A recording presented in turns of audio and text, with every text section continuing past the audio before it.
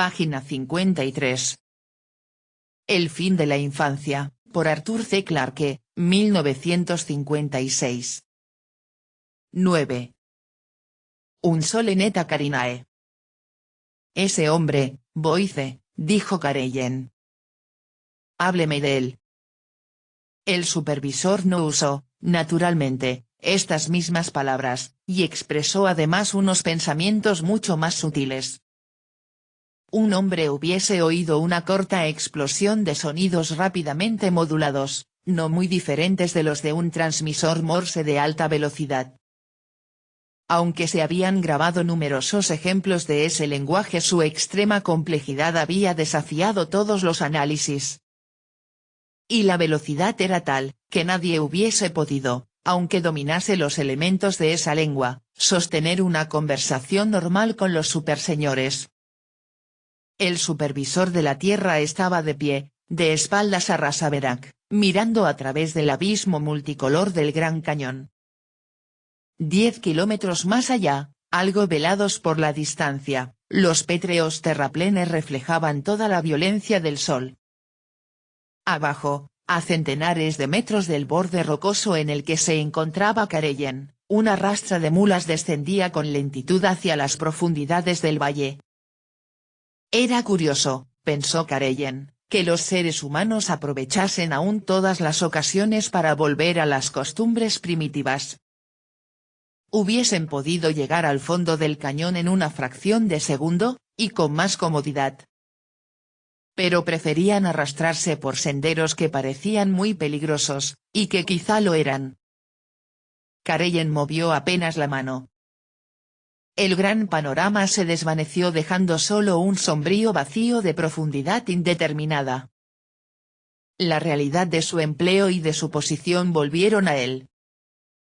Rupert Boyce es, en cierto modo, un curioso personaje, respondió Rasaberak, profesionalmente está a cargo de una importante sección de la Reserva Africana. Es bastante eficiente, y tiene interés en su trabajo. Como debe vigilar varios kilómetros cuadrados, está usando uno de los 15 visores panorámicos que hemos entregado en préstamo con los resguardos usuales, como es natural. El visor, además, es el único capaz de emitir toda clase de proyecciones. Boyce puede aprovechar muy bien estas facilidades, por eso le hemos permitido emplear el aparato. ¿Qué razones ha dado? Quería aparecerse a los animales salvajes, para que fueran acostumbrándose, y no lo atacaran cuando se presentase ante ellos. La teoría resultó exacta con animales que reaccionan más con los estímulos visuales que con los olfativos. Aunque probablemente un día terminarán por matarlo. Y, naturalmente, le hemos dejado el aparato por otras razones. ¿Para que cooperase con nosotros? Precisamente. Me puse en contacto con Boyce porque es dueño de una de las mejores bibliotecas del mundo en cuestiones de parapsicología y otros temas afines. Cortésmente, pero con firmeza, rehusó a prestarnos sus libros, y tuve que visitarlo. Me he leído la mitad de su biblioteca. Ha sido una prueba bastante dura. Lo creo, dijo Kareyen secamente. ¿Ha descubierto algo entre toda esa bazofia, esa basura? Sí. 11 casos seguros, y 27 probables. Pero como el material solo recoge casos aislados, no es posible utilizarlos con fines estadísticos. Y la evidencia está mezclada a menudo con cierto misticismo. Quizá la mayor aberración de la mente humana. ¿Y cuál es la actitud de Boyce ante todo esto? Pretende ser un hombre de mente libre y escéptica, pero el tiempo y el esfuerzo que ha dedicado a sus libros revelan cierta fe subconsciente. Lo desafié a que me lo negase y me respondió que quizá yo tenía razón. Boyce anda buscando una prueba decisiva. Por eso realiza esas experiencias, aunque pretenda que solo se trata de juegos. ¿Y Boyce cree que nuestro interés es solo académico? ¿Está usted seguro? Totalmente seguro. La mente de Boyce es, en muchos sentidos, bastante simple y obtusa. Por eso mismo su interés por esta esfera particular tiene un carácter algo patético. No es necesario tomar ninguna medida especial. Ya veo. ¿Y qué hay de la muchacha que se desmayó? Esto es lo más interesante. Jean Morrel fue, casi con seguridad, el canal por el que vino la información. Pero ya tiene 26 años. Excesivamente mayor para que se la considere, de acuerdo con nuestras experiencias anteriores, un contacto primario. Tiene que haber, por lo tanto, alguien muy unido a ella. La conclusión es obvia. No tendremos que esperar muchos años. Habrá que transferirla a la categoría púrpura. Jean Morrel puede convertirse en el ser humano más importante de esta época. Así lo haré. ¿Y qué hay de ese joven que hizo la pregunta? ¿Fue simple curiosidad o tuvo otro motivo? Estaba allí por casualidad. Su hermana acababa de casarse con Rupert Boyce. No conocía a los otros huéspedes. Estoy seguro de que no hubo nada premeditado. Solo las condiciones excepcionales, y probablemente mi presencia, inspiraron la pregunta. De modo que su conducta es apenas sorprendente. Tiene un único interés, la navegación interplanetaria. Es secretario del Grupo de Astronáutica de la Universidad del Cabo, y evidentemente dedicará a este tema toda su vida. Su carrera puede ser interesante. Mientras tanto, ¿qué actitud cree usted que tomará Rodrigues? El ingeniero hará indudablemente algunas comprobaciones, tan pronto como le sea posible. Pero no podrá probar la exactitud de la información, y es difícil, a causa de su origen tan peculiar, que se decida a publicarla. Y aunque lo hiciese, ¿nos afectaría de algún modo? Estudiaré las dos posibilidades, replicó Careyen. Se nos ha ordenado no revelar la posición de nuestra base, aunque la información no podrá, en este caso, volverse contra nosotros. Estoy de acuerdo. Rodrigues posee cierta información que es de dudosa veracidad, y sin ningún valor práctico. Así parecerá al menos, dijo Careyen. Pero no nos sintamos muy seguros. Los seres humanos son notablemente ingeniosos, y a veces muy pacientes.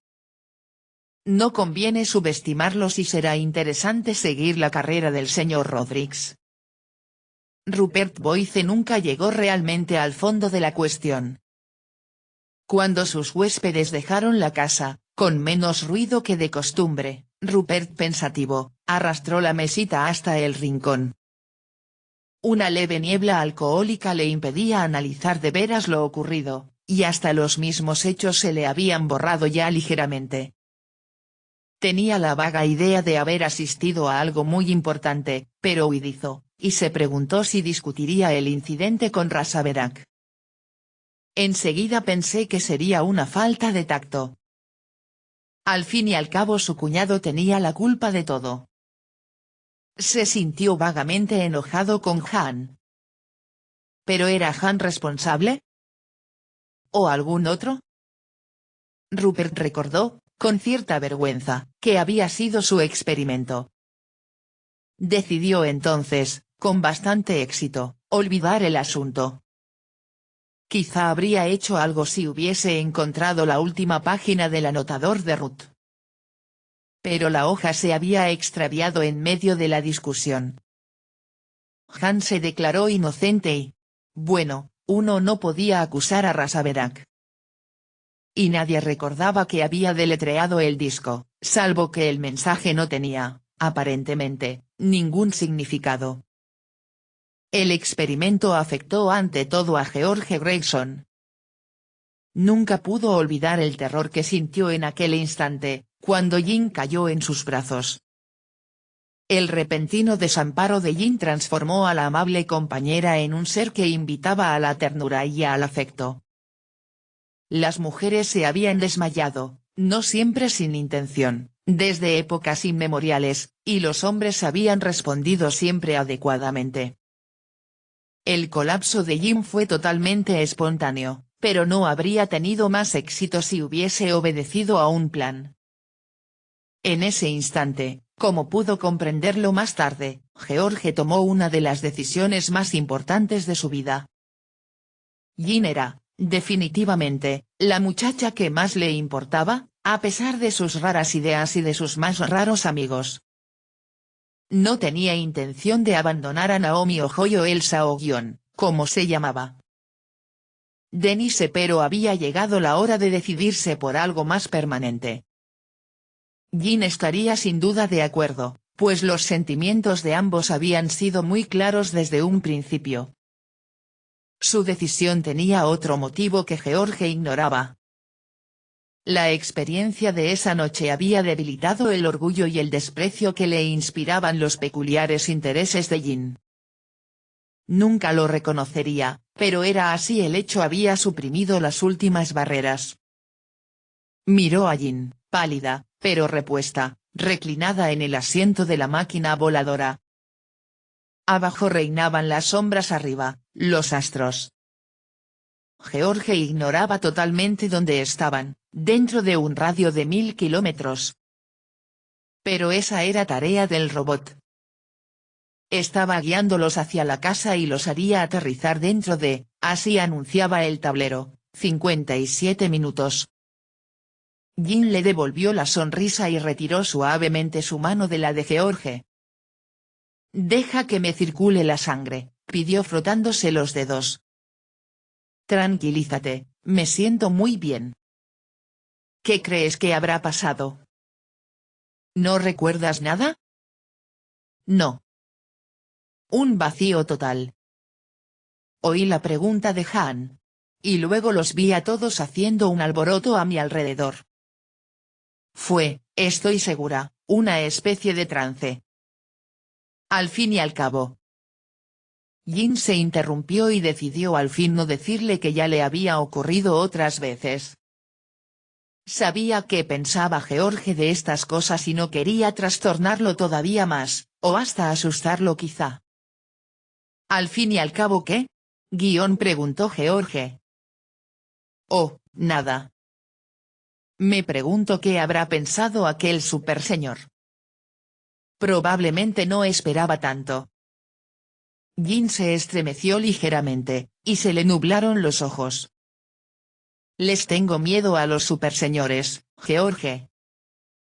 «Oh, no quiero decir que sean malvados, ni nada parecido.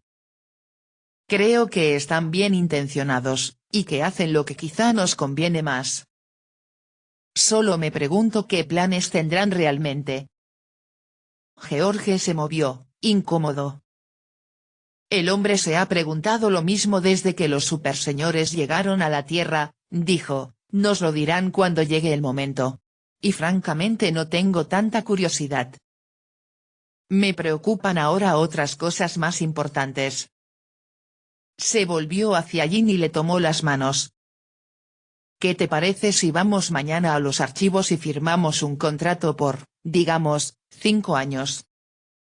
Jin lo miró fijamente y decidió que, en general, lo que estaba viendo le gustaba. «Hazlo de 10», le dijo. Han dejó pasar un tiempo. No había prisa y quería pensarlo. Era, casi, como si temiera llevar adelante aquella investigación y que la fantástica esperanza que le ocupaba ahora la mente se desvaneciese de pronto. Mientras no estaba seguro, podía soñar al menos. Además, para hacer sus comprobaciones, tendría que ir a la biblioteca del observatorio. La mujer lo conocía, sabía muy bien cuáles eran sus intereses y se sentiría verdaderamente intrigada. Quizá no importaba tanto, pero Han estaba decidido a que nada quedara librado al azar. Dentro de una semana tendría una oportunidad mucho mejor. Sus precauciones eran excesivas, lo sabía, pero de este modo la empresa adquiría un sabor de travesura juvenil. Por otra parte, Han temía más el ridículo que cualquier posible amenaza de los superseñores. Si se estaba embarcando en una empresa descabellada, nadie llegaría a saberlo. Tenía motivos perfectamente justificados para ir a Londres. El viaje estaba preparado desde hacía varias semanas. Aunque demasiado joven, y poco apto para ejercer las funciones de delegado, Han era uno de los 3 estudiantes del grupo que, en nombre de la universidad, asistiría al Congreso de la Unión Astronómica Internacional. El congreso coincidía con la temporada de vacaciones y hubiese sido una lástima desperdiciar esa ocasión, pues Han no visitaba Londres desde la niñez. Sabía que muy pocos de los informes lograrían interesarle, aun en el caso de que pudiese entenderlos. Como cualquier otro delegado a un congreso científico, iría a algunas de las conferencias y se pasaría el resto del tiempo hablando con los colegas más entusiastas o recorriendo la ciudad. Londres había cambiado enormemente en los últimos 50 años. Tenía solo 2 millones de habitantes, y un número 100 veces mayor de máquinas. Ya no era un gran puerto, pues todos los países se bastaban ahora a sí mismos y el mundo tenía otra estructura comercial. Algunas regiones disponían de mejores productos, pero estos eran transportados directamente por aire. Las rutas comerciales que habían convergido alguna vez hacia los grandes puertos, y luego hacia los grandes aeródromos, se habían dispersado transformándose en una red intrincada y uniforme que cubría todo el planeta. Sin embargo, algunas cosas no habían cambiado. La ciudad era aún un centro administrativo, universitario y artístico. En estas cuestiones ninguna de las capitales del continente podía rivalizar con Londres, ni siquiera París, a pesar de que muchos afirmasen lo contrario. Un londinense del siglo anterior hubiera podido orientarse fácilmente en la ciudad, por lo menos en el centro. Las grandes y horribles estaciones de ferrocarril habían desaparecido. Pero, el Parlamento era el mismo. La mirada solitaria de Nelson estaba todavía clavada en Whitehall. La cúpula de San Pablo se alzaba todavía sobre Ludgate, aunque ahora otros edificios más altos desafiaban su preeminencia. Y la guardia desfilaba todavía ante el Palacio de Buckingham. Todas estas cosas, pensaba Han, podían esperar. Estaba de vacaciones y se alojaba, con sus 2 compañeros, en uno de los albergues universitarios. El carácter de Bloomsbury tampoco había cambiado en este último siglo, era todavía una isla de hoteles y casas de huéspedes, no apretujadas como antes, pero que aún formaban unas largas e idénticas hileras de ladrillos manchados de hollín. Han no encontró su oportunidad hasta el segundo día de sesiones. Las comunicaciones más importantes eran leídas en el centro de la ciencia, no lejos del Concert Hall, que tanto había ayudado a que Londres se convirtiese en la metrópoli musical del mundo. Han quería escuchar la primera de las conferencias del día. De acuerdo con los rumores, destruiría por completo la teoría entonces vigente sobre la formación de los planetas. Quizá así fue, pero cuando llegó el intervalo, Han no lo sabía. Corrió a las oficinas del directorio mirando las puertas. Algún humorístico funcionario civil había instalado la Real Sociedad Astronómica en el último piso del edificio, decisión que los miembros del consejo apreciaban debidamente, pues tenían así una magnífica vista del Támesis y toda la parte norte de la ciudad.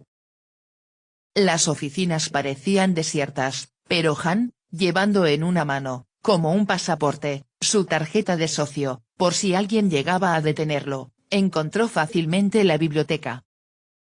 Tardó casi 1 hora en aprender a manejar los grandes catálogos de millones de entradas. Al acercarse al final de la búsqueda le temblaban ligeramente las manos. Por suerte no había nadie allí. Puso otra vez el catálogo entre los otros ejemplares, y durante un largo rato se quedó sentado, mirando sin ver el muro de volúmenes. Luego caminó lentamente hasta los tranquilos corredores, pasó ante la oficina del secretario, ¿había alguien allí ahora?, empaquetando unos libros, y fue hacia las escaleras. No tomó el ascensor, quería sentirse libre y sin trabas. Había tenido interés en escuchar otra conferencia, pero ya no importaba ahora. Con los pensamientos todavía alborotados, llegó al paredón y dejó que sus ojos siguieran al Támesis, que fluía tranquilamente hacia el mar.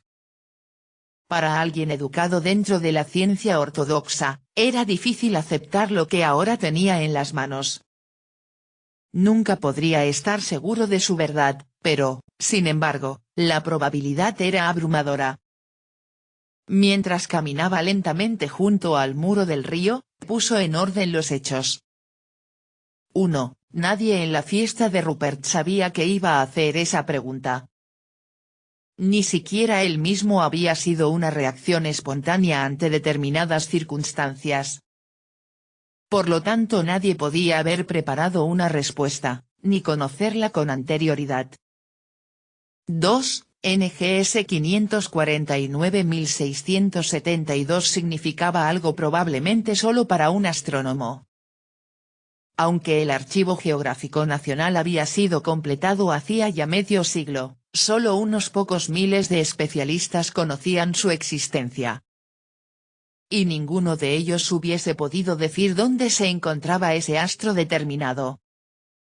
Y 3. Lo que acababa de saber, la pequeña e insignificante estrella conocida como NGS 549.672 estaba precisamente en el lugar indicado, en el centro de la constelación Carina, en el extremo de esa estela brillante que el mismo Han había visto, hacía solo unas noches, y que partiendo del sistema solar había atravesado los abismos del espacio. La coincidencia era imposible. NGS 549.672 tenía que ser la morada de los superseñores. Sin embargo, ese hecho significaba violar el respeto que sentía por el método científico. Bueno, que fuese violado. Tenía que aceptar este hecho, de algún modo. La fantástica experiencia de Rupert había señalado una fuente de conocimiento hasta ahora desconocida. Rasaberak. Parecía la explicación más probable. El superseñor no había formado parte del círculo, pero eso no tenía gran importancia. Por otra parte, a Han no le interesaba el mecanismo de la parafísica, solo le importaban los resultados. Muy poco se sabía de NGS 549.672, nada la diferenciaba de otras muchas estrellas. Pero el catálogo daba la magnitud, las coordenadas, y el tipo espectral. Han tendría que llevar a cabo una pequeña investigación y hacer unos cuantos cálculos, entonces podría saber, por lo menos aproximadamente, a qué distancia de la Tierra estaba el mundo de los superseñores. Una lenta sonrisa se extendió por el rostro de Han mientras daba las espaldas al Támesis y se enfrentaba con la blanca y reluciente fachada del centro de la ciencia. El conocimiento era poder. Y él era el único hombre en la Tierra que conocía el origen de los superseñores. No sabía cómo iba a usar ese poder. Lo guardaría a salvo en su mente, aguardando la hora del destino. Página 58.